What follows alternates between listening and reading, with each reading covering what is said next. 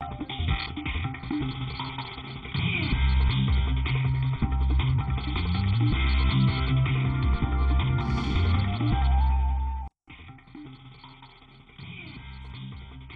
अब देखिए 24 घंटे 24 रिपोर्टर। खबरों का हर रंग हमारे रिपोर्टर्स के साथ। 24 घंटे 24 रिपोर्टर में अगले आधे घंटे में देश दुनिया की हर बड़ी खबर। पहले शो की 4 बड़ी खबरें। अभय पाराशर आपको बताएंगे दिल्ली के मनोज वशिष्ठ एनकाउंटर का सीसीटीवी फुटेज सामने आया, लेकिन अभी भी सवाल बरकरार। पहली गोली किसने चलाई? स्पेशल सेल की भूमिका शक के घेरे में। मामले की सीबीआई जांच पर विचार।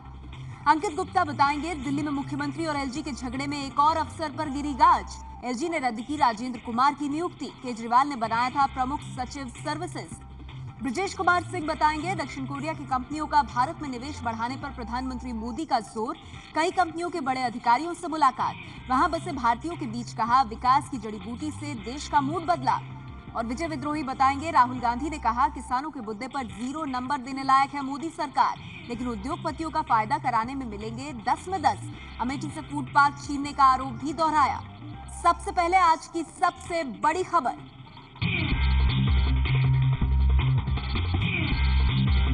दिल्ली में शनिवार को हुए मनोज वशिष्ठ के एनकाउंटर का सीसीटीवी फुटेज सामने आया है। फुटेज बहुत साफ तो नहीं है, लेकिन जितना नजर आ रहा है उससे साफ है कि गोली लगने से पहले पुलिस और मनोज के बीच हाथापाई हुई थी। ये तस्वीरें दिल्ली के राजेंद्र नगर के उसी सागर रत्ना रेस्टोरेंट की है, जहां शनिवार की रात मनोज वशिष्ठ नाम के शख्स का एनकाउंटर हुआ था। कैमरे की फुटेज में टेबल पर बीच में 7-8 लोग बैठे दिख रहे हैं। ठीक 8:14 और 55 सेकंड पर सामने से कुछ लोग आते दिखते हैं। सादी वर्दी में ये दिल्ली पुलिस की स्पेशल सेल के लोग थे। 5 सेकंड में ही ये लोग मनोज वशिष्ठ को घेर लेते हैं और 2 सेकंड के अंदर मनोज अपनी कुर्सी से उठता दिखाई देता है। अगले ही सेकंड स्पेशल सेल का एक सदस्य मनोज को काबू में करने की कोशिश में उसे पीछे से पकड़ता है और हाथापाई होती है। बहुत साफ कुछ नहीं दिखता, लेकिन 8:15 और 15 सेकंड पर सब शांत हो जाता है। दिल्ली पुलिस का कहना है कि मनोज वशिष्ठ ने पहले गोली चलाई थी, लेकिन सीसीटीवी फुटेज से ये साफ नहीं हो रहा है कि गोली किसने और कब चलाई। मनोज वशिष्ठ के एनकाउंटर के मामले में गृह मंत्री राजनाथ सिंह के आदेश के बाद भले ही जांच के लिए एसआईटी का गठन कर दिया गया है, लेकिन केंद्र सरकार सीबीआई की जांच की संभावना से इनकार नहीं कर रही है। गृह मंत्रालय के सूत्रों का कहना है कि इस पूरे मामले में स्पेशल सेल की भूमिका सवालों के घेरे में है।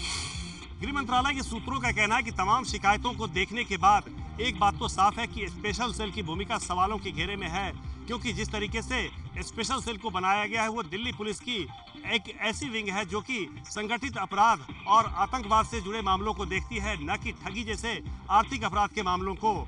और इस पूरे मामले में अगर जांच के लिए कोई भी पुलिस विंग है तो वो है आर्थिक अपराध शाखा।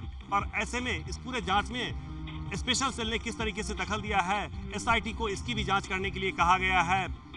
गृह मंत्रालय ने दिल्ली पुलिस को निर्देश दिया है कि जल्द से जल्द एसआईटी की जांच पूरी कर रिपोर्ट गृह मंत्रालय को सौंपी जाए, ताकि इस मामले में आगे की कार्रवाई की जाए। विवादित एनकाउंटर में मारे गए मनोज वशिष्ठ के खिलाफ दिल्ली पुलिस ने की एफआईआर दर्ज। वहीं परिवार का दावा, राजनाथ ने किया एसआईटी जांच का वादा, ताकि उसमें निष्पक्ष और प्रोफेशनल इन्वेस्टिगेशन हो। एक एसआईटी का गठन कर दिया गया है। एसआईटी जो है is going to be supervised by an officer of the rank of joint commissioner. विवादित एनकाउंटर में मारे गए मनोज वशिष्ठ की पत्नी प्रियंका वशिष्ठ ने आज सुबह केंद्रीय मंत्री राजनाथ सिंह से मुलाकात के बाद कहा कि गृह मंत्री ने उन्हें भरोसा दिलाया है कि उन्हें इंसाफ जरूर मिलेगा। मुझे आश्वासन दिया कि मतलब आपको न्याय मिलेगा, आपके साथ नाइंसाफी नहीं होगी। और उन्होंने मुझे कहा आपको जब भी लगता है आप मेरे से आके मिल सकती हैं। ऐसा नहीं कि मैं आपसे आज मिल रहा हूँ और आगे नहीं मिलूंगा। आपको जब लगता है कि आपके साथ नाइंसाफी हो रही है, आप आइए मेरे से मिलिए। कल जिस समय मनोज वशिष्ठ नाम के जिन शख्स को स्पेशल सेल के एनकाउंटर में तथा कथित बताया जा रहा है कि जिसमें मौत हुई है, उस समय सागर रत्ना रेस्टोरेंट में संजय बोहरा जी भी मौजूद थे। सुबह 8 बजे हमारा मिलने का प्रोग्राम था। मैं वहाँ पर पहुँचा, मेरे साथ में कुछ और लोग भी मेरे साथी थे।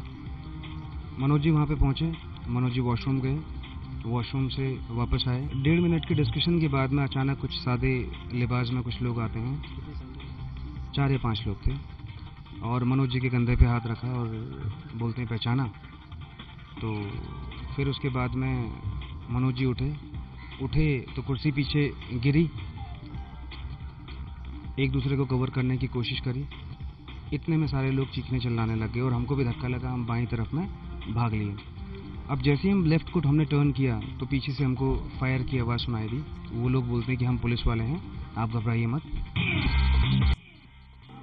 मनोज वशिष्ठ के कथित एनकाउंटर के बाद जब पूरी बॉडी का पोस्टमार्टम हो जाता है, उसके बाद भी जो परिवार वाले हैं वो बॉडी ले जाने को तैयार नहीं है और वो मांग कर रहे हैं कि जो इस पूरे मामले में है सीबीआई जांच की जाए, साथ ही पुलिस के खिलाफ हत्या का मामला दर्ज किया जाए और इसके बाद घर वाले अपनी मांग को मनवाने के लिए लेडी हार्डिंग हॉस्पिटल के बाहर से यहाँ पर कैंडल मार्च की तैयारी कर रहे हैं, लेकिन पुलिस ने उन्हें यहाँ पर रोक दिया है। वो चाह रहे थे कि जो परिवार वाले हैं वो सारे लोग यहाँ से कैंडल मार्च निकालते हुए गृह मंत्री राजनाथ सिंह के घर तक जाए और अभी पुलिस और मनोज वशिष्ठ के परिवार वाले और उनके क्षेत्र के लोगों के बीच तनातनी है।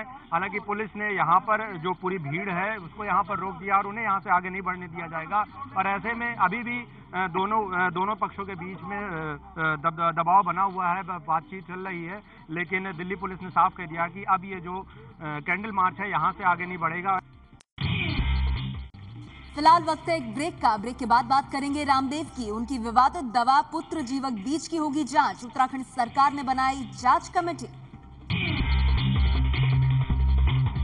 दक्षिण कोरिया की राजधानी सियोल में भारतीय समुदाय के लोगों के बीच पहुंचे प्रधानमंत्री नरेंद्र मोदी। कहा, विकास की जड़ी बूटी से बदला भारत का मूड। 3 देशों की विदेश यात्रा के अंतिम चरण में दक्षिण कोरिया की राजधानी सियोल पहुंचे पीएम मोदी का एयरपोर्ट पर भव्य स्वागत हुआ। पीएम मोदी यहां से दक्षिण कोरिया के राष्ट्रीय युद्ध स्मारक यानी सियोल नेशनल सिमेट्री पर भी गए और वहां जाकर अपनी श्रद्धांजलि दी। शहीद सैनिकों को श्रद्धांजलि देने के बाद पीएम मोदी ने किंगही यूनिवर्सिटी में भारतीय समुदाय के लोगों को संबोधित किया। भारत की समस्याओं का समाधान की एक ही जड़ी बूटी मुझे नजर आ रही है और जो जड़ी बूटी को लेकर के मैं चल पड़ा हूं, उस जड़ी बूटी का नाम है विकास। बाद में दक्षिण कोरिया की राष्ट्रपति से हुई उनकी द्विपक्षीय बातचीत के बाद 7 अहम समझौतों पर हस्ताक्षर भी किए गए। भारत और दक्षिण कोरिया के बीच 7 अहम समझौतों पर हुए दस्तखत। रक्षा क्षेत्र में भी निवेश का हुआ करार। ये तस्वीरें दक्षिण कोरिया के राष्ट्रपति भवन ब्लू हाउस की हैं, जहां आज प्रधानमंत्री नरेंद्र मोदी का भव्य स्वागत किया गया। पीएम इसके बाद राष्ट्रपति पार्क हाई से भी मिले। इस मुलाकात के ठीक बाद दोनों देशों के बीच प्रतिनिधि मंडल स्तर की बातचीत भी हुई, जिसमें व्यापार और रक्षा क्षेत्र से जुड़े 7 अहम समझौतों पर मुहर लगाई गई। भारत और दक्षिण कोरिया के बीच सालाना तकरीबन 10,000 करोड़ रुपए से ज्यादा का कारोबार होता है। प्रधानमंत्री नरेंद्र मोदी के इस दौरे के बाद इसमें कई गुना वृद्धि आने की उम्मीद है। दक्षिण कोरिया के राष्ट्रपति पार्क किंग हाई से मिला प्रधानमंत्री नरेंद्र मोदी को खास तोहफा।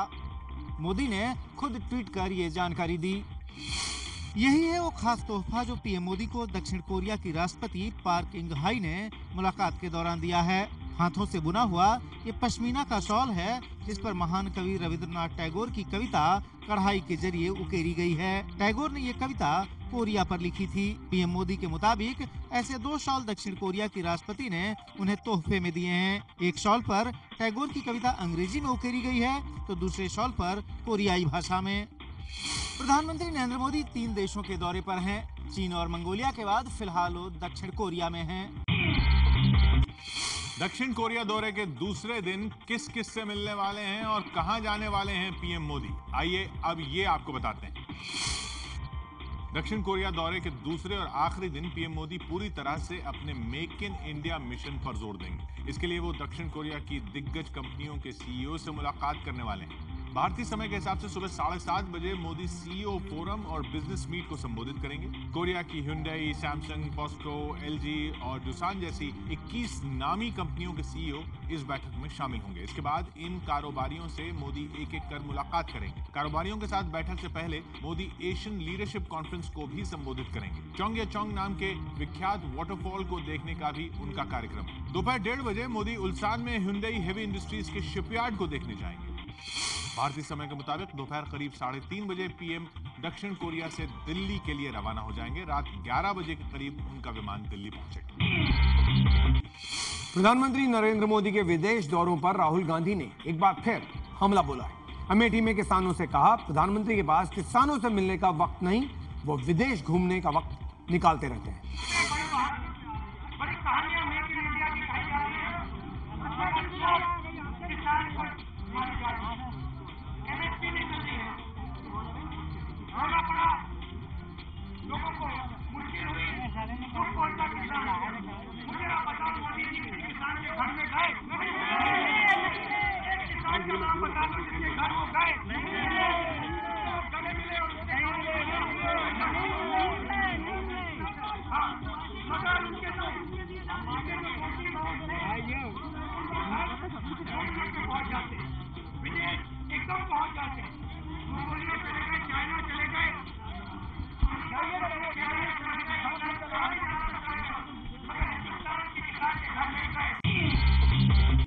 मोदी सरकार का 1 साल पूरा होने के मौके पर राहुल गांधी ने किया है बड़ा हमला।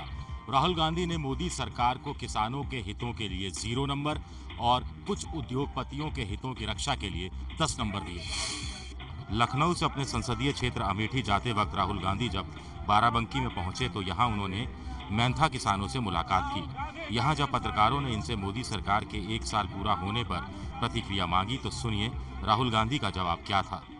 अगर आप हिंदुस्तान के मजदूर से, किसान से, गरीब व्यक्ति से, आदिवासी से पूछोगे तो 0 नंबर मिलेगा। अगर आप चुने हुए उद्योगपतियों से पूछोगे तो 10 नंबर मिलेगा। राहुल गांधी ने यह भी कहा कि अगर अमेठी के फूड पार्क को मोदी सरकार ने रद्द नहीं किया होता तो बाराबंकी के किसानों को भी इससे भारी फायदा होता। पीएम मोदी की विदेश यात्राओं पर राहुल गांधी के हमले का सरकार ने दिया जवाब। पीएमओ के मंत्री जितेंद्र सिंह ने कहा, पीएम की विदेश यात्राएं सबके लिए गर्व की बात है, लेकिन राहुल गांधी खुद कहाँ गए थे किसी को पता नहीं। All of us, every Indian should be proud of Prime Minister's visit abroad. Prime Minister Narendra Modi has gone abroad in order to discharge a very important national duty, and the manner in which he has been received there, the kind of enthusiastic response he has received should make each one of us proud.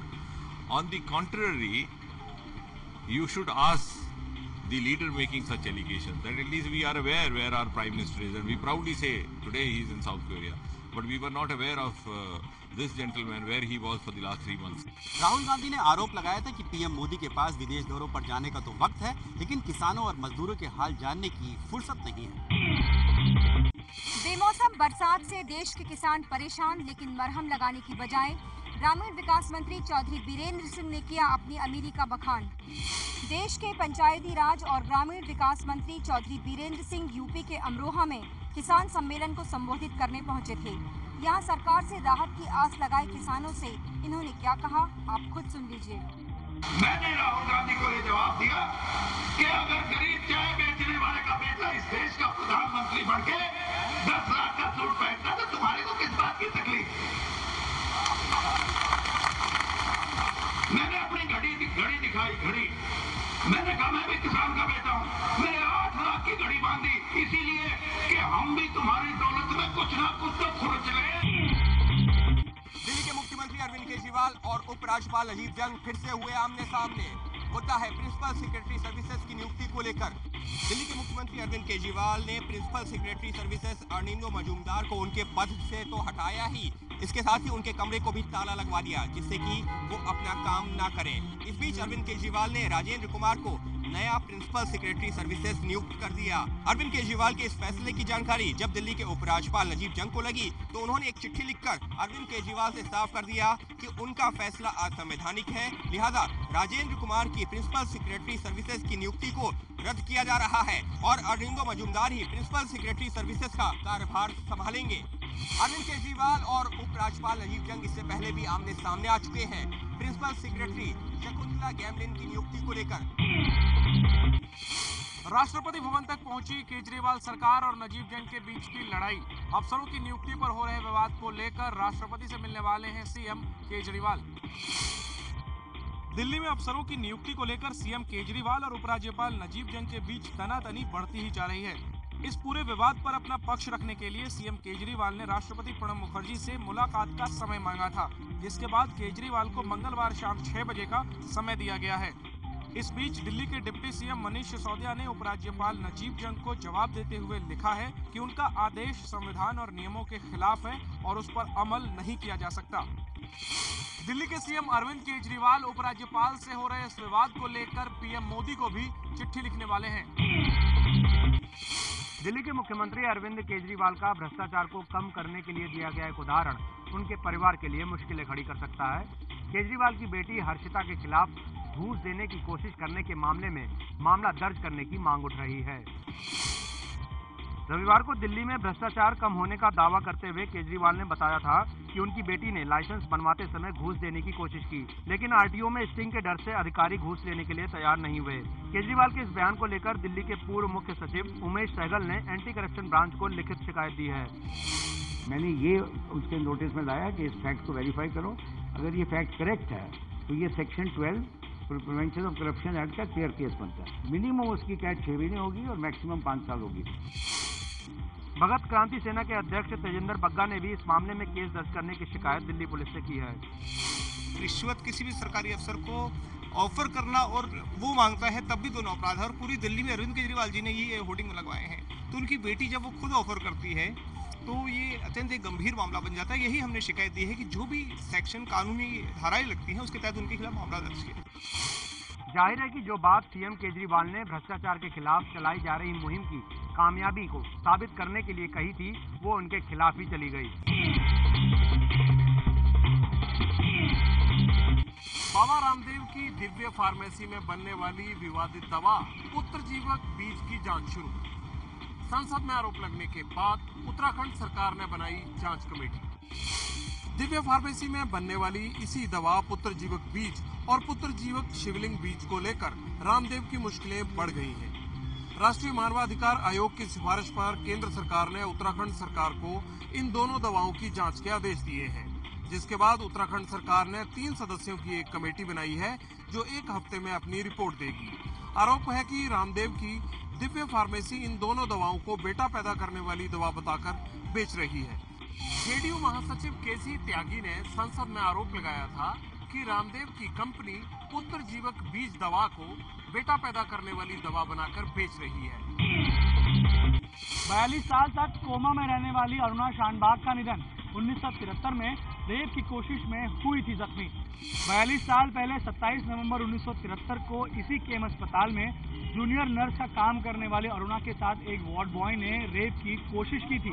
नाकाम रहने पर उसने चैन से अरुणा गला दबा दिया था, जिसके कारण उनके दिमाग में ऑक्सीजन सप्लाई बंद हो गई। तब से अरुणा कोमा में थी। कुछ दिन पहले निमोनिया और फेफड़े में इन्फेक्शन के कारण उन्हें वेंटिलेटर पर रखना पड़ा था। डॉक्टरों के अनुसार आज सुबह 8:30 बजे दिल का दौरा पड़ने से 66 साल की अरुणा की मौत हो गई। साल 2011 में अरुणा की एक दोस्त ने सुप्रीम कोर्ट में दया मृत्यु की याचिका दायर की थी, लेकिन कोर्ट ने याचिका खारिज कर दी थी। अरुणा शानबाग के साथ रेप की कोशिश करने वाला वार्ड बॉय 7 साल की सजा काट चुका है। जम्मू में एम्स की तर्ज पर अस्पताल और तवी नदी पर आर्टिफिशियल लेक न बनाए जाने के मुद्दे पर कांग्रेस की महिला कार्यकर्ताओं ने जम्मू कश्मीर के उप मुख्यमंत्री डॉक्टर निर्मल सिंह के घर का किया घेराव। पुलिस के साथ भी हुई धक्का मुक्की। ये तस्वीरें हैं जम्मू कश्मीर के उप मुख्यमंत्री डॉक्टर निर्मल सिंह के घर के बाहर की। आज दोपहर कांग्रेस की महिला कार्यकर्ताओं ने डॉक्टर निर्मल सिंह के घर का घेराव चूड़ियों समेत किया। महिला कार्यकर्ताओं का आरोप था, जब से राज्य में पीडीपी बीजेपी सरकार बनी है, जम्मू के साथ लगातार भेदभाव बढ़ता जा रहा है। कांग्रेस की महिला कार्यकर्ताओं ने बीजेपी पर सत्ता के लिए जम्मू के साथ धोखाधड़ी करने का भी आरोप लगाया। चंडीगढ़ में स्कूल बस ऑपरेटरों की हड़ताल, 50,000 से ज्यादा बच्चे दिन भर रहे परेशान। चंडीगढ़ में आज सुबह हजारों बच्चे अपने माता पिता के साथ बस स्टॉप पर बसों का इंतजार करते रहे, लेकिन स्कूल की बस नहीं आई। ऐसा इसलिए हुआ क्योंकि यहाँ के स्कूल बस ऑपरेटर अचानक हड़ताल पर चले गए हैं। दरअसल चंडीगढ़ के नामी स्कूल की बस में बच्ची से छेड़खानी की घटना के बाद पुलिस को आरोपी बस कंडक्टर और स्कूल प्रशासन के खिलाफ एफआईआर दर्ज करने को कहा गया है। स्कूल बस ऑपरेटर इसी से नाराज हैं। हैरानी की बात यह है कि पुलिस जांच में सहयोग देने की जगह बस ऑपरेटर न सिर्फ हड़ताल पर चले गए हैं, बल्कि प्राइवेट स्कूलों के मैनेजमेंट भी बस ऑपरेटरों के साथ खड़े हैं। उज्जैन के अलकापुरी में नकाबपोश बदमाशों ने स्टेट बैंक के असिस्टेंट मैनेजर के घर डाली डकैती। बदमाशों ने मैनेजर पर हमला किया और घर में रखे लाखों रुपए के जेवर और नकदी पर किया हाथ साफ। उज्जैन के माधवनगर थाना क्षेत्र में स्थित अलकापुरी नगर में तड़के सुबह अशोक शुक्ला के घर 4 नकाबपोश बदमाश घर में घुसकर डकैती डाली। ये बदमाश घर में बने मंदिर की ग्रिल को तोड़कर घर में घुसे। इन सभी ने मुंह पर नकाब पहन रखा था और सभी के हाथों में हथियार थे। अशोक शुक्ला को जब घर में आए बदमाशों का पता चला तो उन्होंने इनका विरोध किया तो बदमाशों ने इन पर हमला कर दिया। वारदात को अंजाम देने के बाद बदमाशों ने शुक्ला के पूरे घर को खंगाला और लाखों रुपए के आभूषण और नकदी समेटकर फरार हो गए। डकैती की इस वारदात के बाद पुलिस ने पूरे शहर में नाकाबंदी कर डकैतों की तलाश तेज कर दी है।